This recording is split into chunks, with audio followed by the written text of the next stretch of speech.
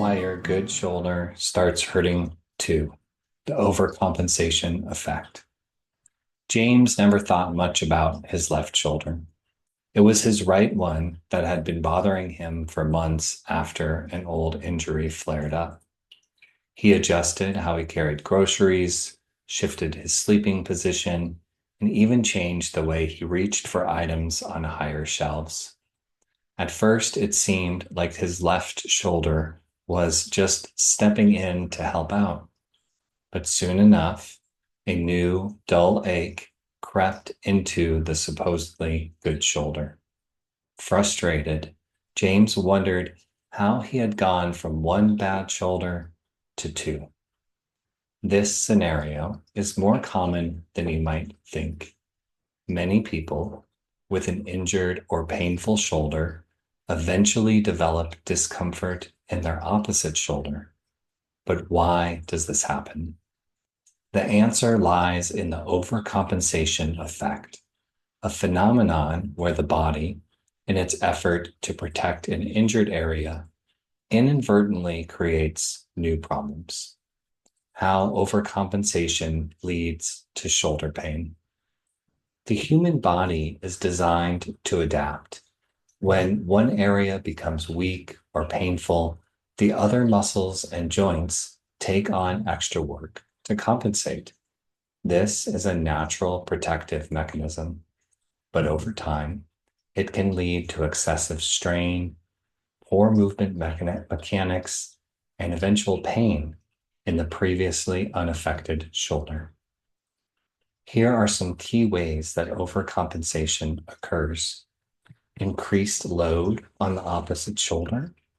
When one shoulder isn't in pain, simple tasks like carrying a bag, pushing open a door, or even getting dressed become one-sided activities.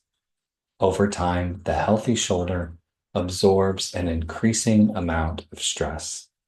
The additional workload can cause muscle fatigue, joint irritation, and even subtle tissue damage, leading to chronic discomfort. Altered movement patterns. To avoid pain, people unconsciously adjust how they move. This could mean leaning more to one side, favoring one arm over the other, or changing the way they lift objects. While these adaptations help in the short term, they create imbalances in muscle use, leading to dysfunction in the overworked shoulder. Postural changes and asymmetry. Favoring one shoulder often affects posture.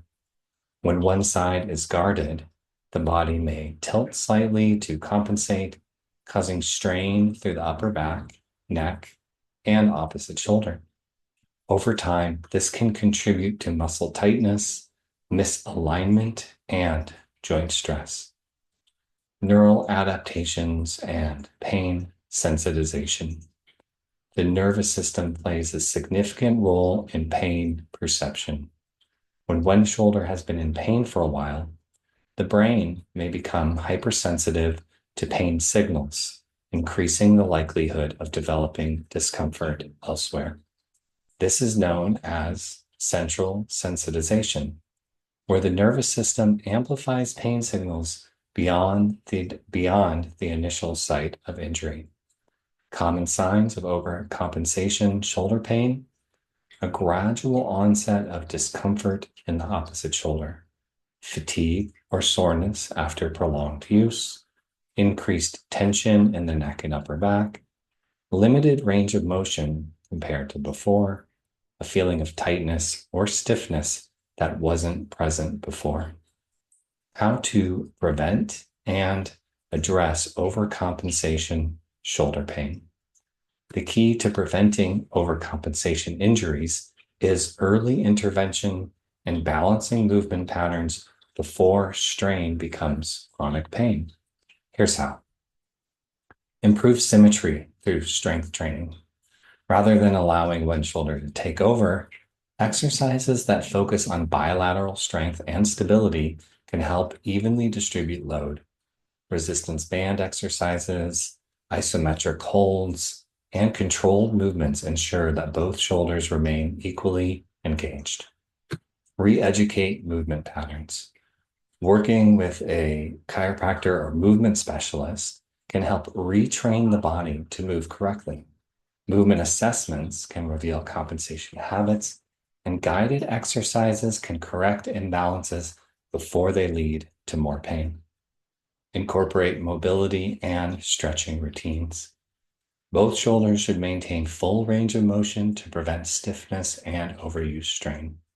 Regular mobility drills such as wall slides, shoulder circles, and passive stretching can help maintain joint flexibility and reduce the risk of dysfunction. Optimize the nervous system function.